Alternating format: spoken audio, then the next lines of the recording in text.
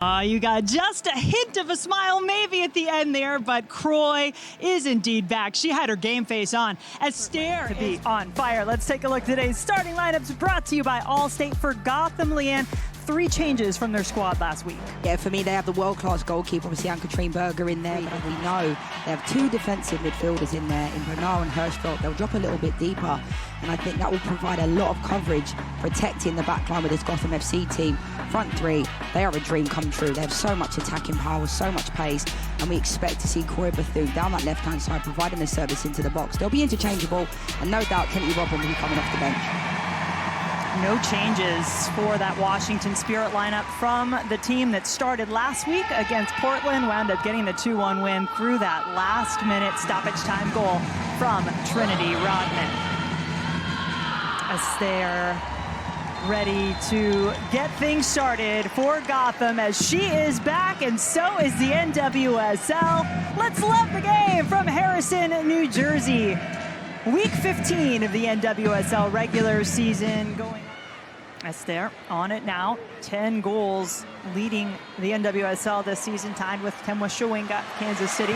Nice move, Jace trying to cut it across. Herself down to fully focus on getting that back right. Had not appeared for Washington since April before coming on final 15 minutes of the game last week. Kwasi nods this down to herself. Kwasi still has Carter to deal with, gets the shot off, and Berger makes the save.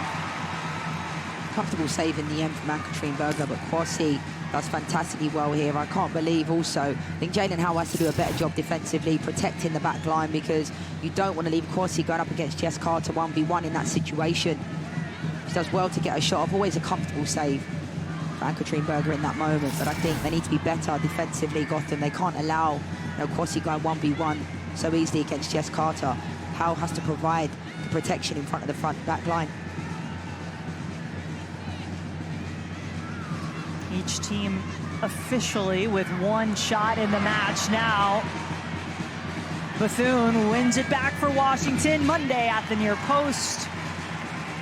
No problem for Berger. But Washington's starting to find their way into the attack a little bit more, knowing they have some wonderful options on the bench, as well as Berger gets caught this time and Kwasi puts it off the post. How much is too much? Berger is towing that line and then some. Again, Anne-Katrine Berger gets caught on the ball. It's good press for the Washington Spirit front line. But this can't continue to happen where they don't punish the Gotham FC team in those moments.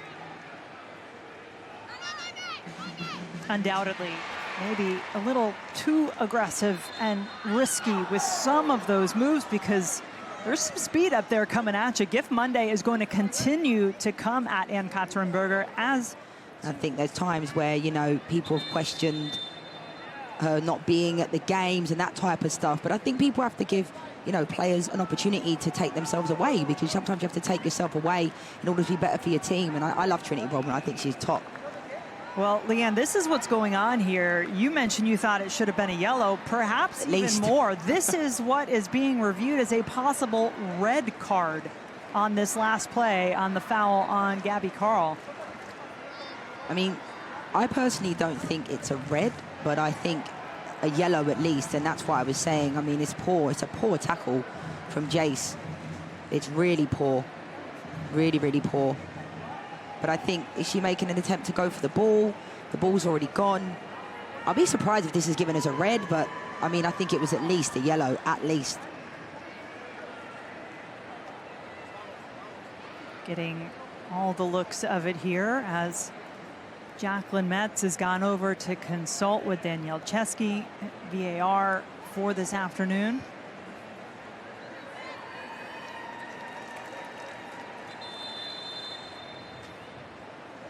She is reaching toward her back pocket. That is going to be a red card on Jace. A potential game-changing decision and play here, as now Gotham is going to go down to 10. Violent conduct, officially the reason for the booking and the ejection. This is a straight red. It's a poor tackle, no doubt. It's a poor tackle. She makes no attempt to get the ball. I mean, I've been there myself. Losses thus far below their standards, sitting in 8th. Yeah, I do. I think they'll tell you differently. Juan Carlos Amaros will say that, but I do think that there is a little bit of pressure. That's there. Quick release. Not much on it in the end. Gotham winners of the first meeting 3-0 in our nation's capital in April. Washington looking to strike just before halftime. Not this time. Yeah, it was quite an acute angle down that left-hand side. Corey Bethune does really well here. Nice little intricate pass. Of course, you could see here, it was a very acute angle. I think you've got to look for the pullback there. To be fair to her, she couldn't quite get on the end of it. Carr was also creeping on the back post as well. Halftime whistle sounds, and scoreless we go into the half at Sports Illustrated Stadium. And Gotham, of course, down to those 10 players after the red card to Jace, shown in the 30th minute. Second half now underway. Washington will start with it wearing those bright yellow uniforms on the road. Gotham in the darker colors, and each Washington finding some space in the wings. A special post-game retirement ceremony for Alex Morgan. Rodman waits for some help to arrive. Brown again. Berger comes out. She gets upended. The play is still live. The whistle is not blown. Berger comes out and wipes out Real in that moment. So initially you can see why Emily Sonnet was appealing for a foul, because usually when the goalkeeper gets fouled, it's a foul, like when they get touched, sorry. So as many numbers as they can up into the attack. This Gotham team has been playing with 10 since the 30th minute, holding strong. It is Stango on an island all alone. Morgan staying with her defensively. The shot, the save by her collegiate teammate. It's a shame. I mean, Katie Stengel does fantastically well here, but Midge Purse was wide open on this right-hand side. Real drives it in. The header flicked, but defended.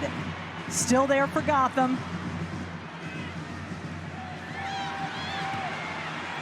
Across it goes, and Kingsbury will attempt to spearhead maybe one more attack for the Spirit.